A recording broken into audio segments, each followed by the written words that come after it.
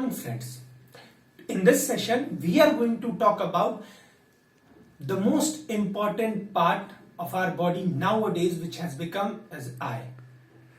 With advancement of technology and with everything going digital, like digital education, smart classes, every government facilities are coming on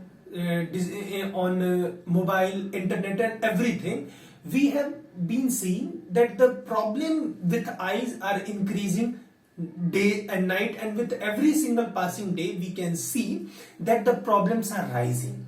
So in this session we are going to talk about 4-5 disease related to eye. So with this I just start. The first thing, the problem of wearing specs, I believe we all are aware of this. Nowadays child, you can say from 3-4 years onward only, they are wearing spectacles. But there is a catch here. Spectacles doesn't mean that everybody is wearing the same spectacles. There are 2-3 mainly problem related to this, why people spectacles and how one spectacle is different from other spectacle. So talking about, here comes the first disease, is myopia.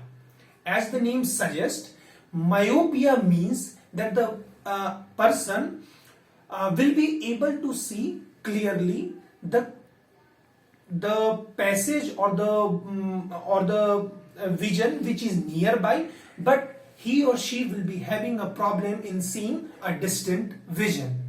Nearby vision, it means कि 25 centimeter, from 25 centimeter I would be able to read this, but when I take this at a slightly distant, I would not be able to see it clearly. It means myopia, what does myopia do is that it makes people see close object clearly, but the distant object is not clear to that person. So now we have to understand why does this happen.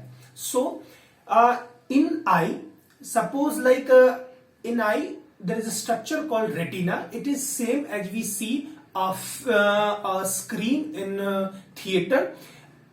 Retina is a screen of our eye on which the image formed by the lens is takes place.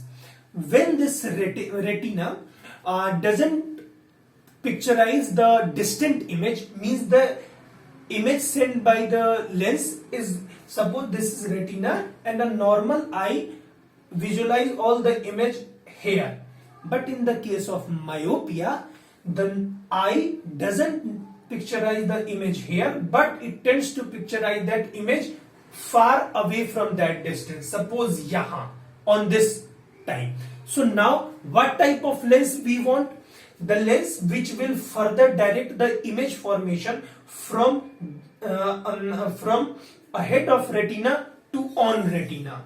It means we have to diverge the light rays so that it can perform well on the screen of retina.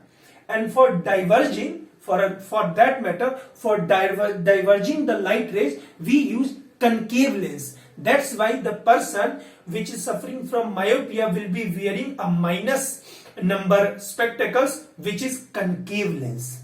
And its opposite, the second disease, is hypermetropia.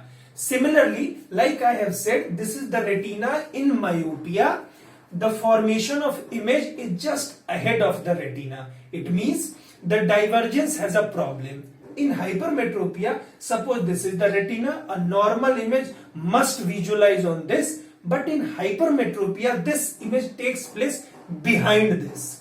So the problem is, now we have to take this image formation from behind the retina to the retina. And what is retina? Retina is the screen like we have in theater. To do that, we have to make any lens which will converge the light rays on this retina, and for convergence we have convex lens. We will use the convex lens so that the formation of retina image would be directed on retina again. So person suffering from hypermetropia would use convex lens and would use spectacles of plus size. It means he would be able, or you might have seen your teacher trying to read a book. Suppose like the book we can easily read from here, but he or she would try to read from away. So that person is suffering from hypermetropia. So again repeating both the things, in myopia we are able to see nearby object, but the problem is in distant object.